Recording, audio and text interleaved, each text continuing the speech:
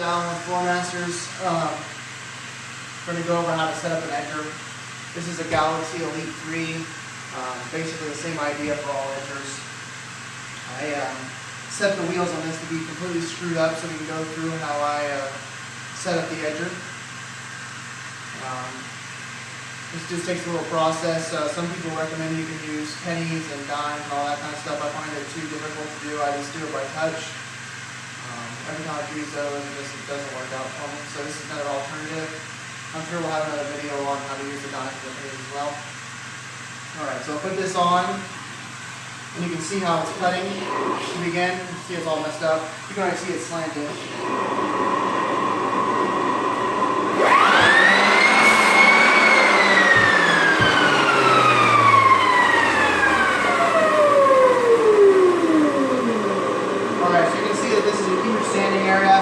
Typically want to be a quarter size, not this gigantic area. It's also kind of a little bit rough right here on the edges, which we don't want, so we move back and forth, it's going to be a little crazy. So what I tend to do is get into the middle of the floor where the finish is, so I can see where it's sanding.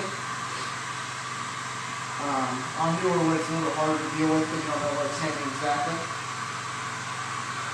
So what I tend to do is once it's out of whack, once this whole system's out of whack, what I do is take this off, obviously, take the air out, get my wheels to an area where they're exactly even with my screwdrivers. So, with this one, we'll make it so you have one thread showing. See how this one's kind of all messed up? I'll do the same thing with this one, make one thread showing. The reason I do that is we have a starting ground.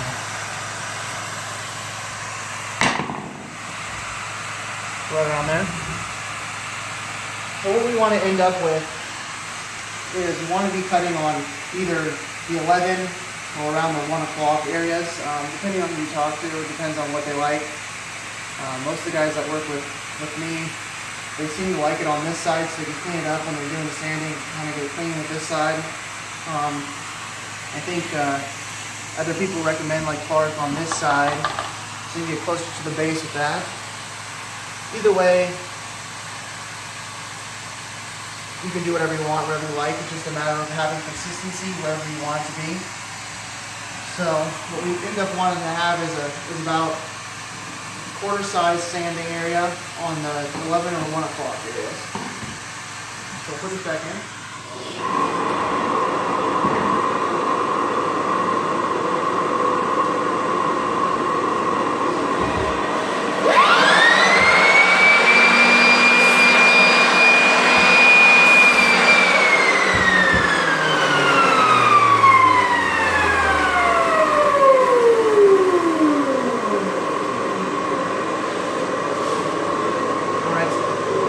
On the first test, it's a little bit bigger than I hoped for. Also, it seems to be a little bit of an edge right there.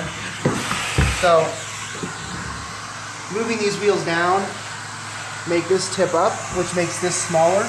Moving the wheels up tips this back this way, making this larger. So if you have an area that's too large, what you want to do is tip it up. So in this case, we need to tip it up just a little bit. We're almost to the quarter size now. So what we'll do is we'll loosen these. I'll do a quarter turn.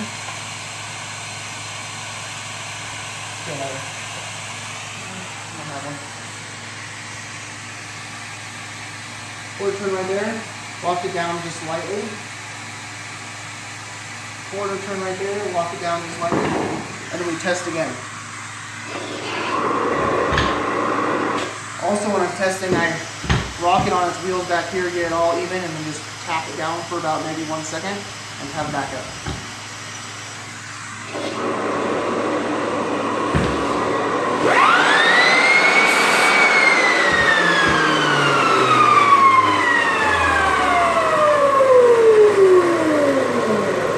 About a quarter size right there. It might be a little large on here, but for the most part, That's about a quarter size, and probably what this is a quick change pad, which we tend to use because we find it easier, but it's not as true as a just putting on the bolt-on stuff here. But in terms of speed and fastness, we use that. So this is probably as good as we're gonna get. You can see right here, there's no lip, which you don't want, and the quarter size that I'm talking about. So let's see where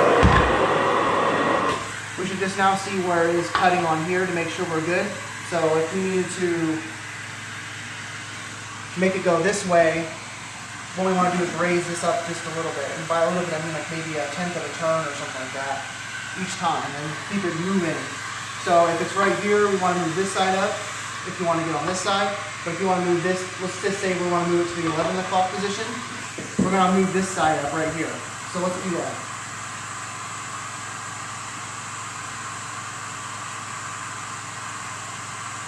So right there was about a quarter turn.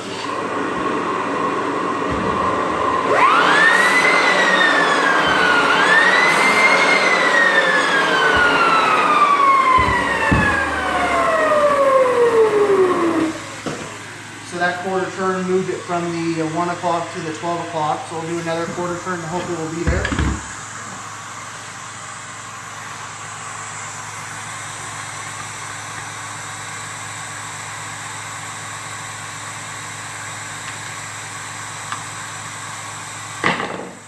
Okay.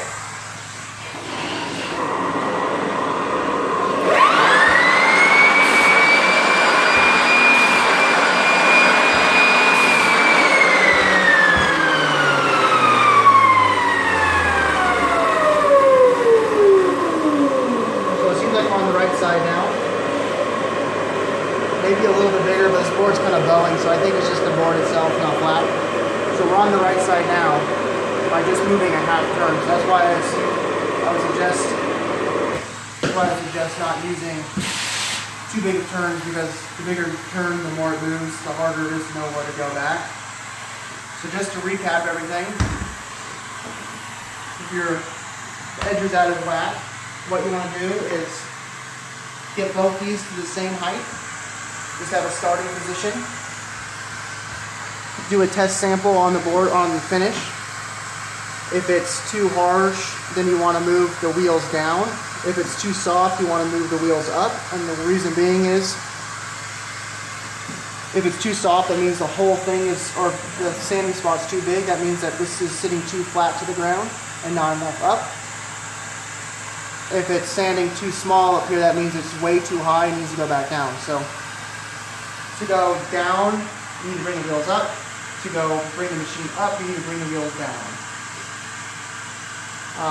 And then just do your quarter turns once you have a set base, and just keep going from there.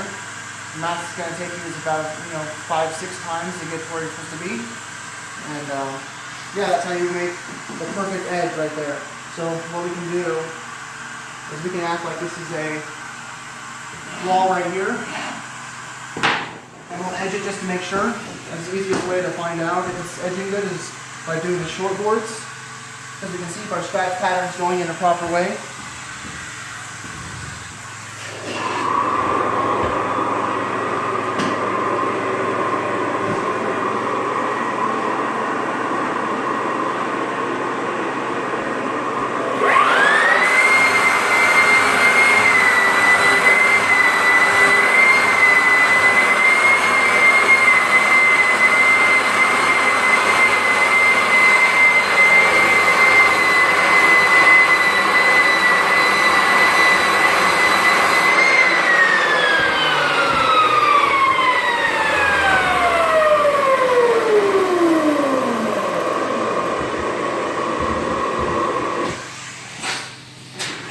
So that's what I normally do for a test, is just do a sample right there like that.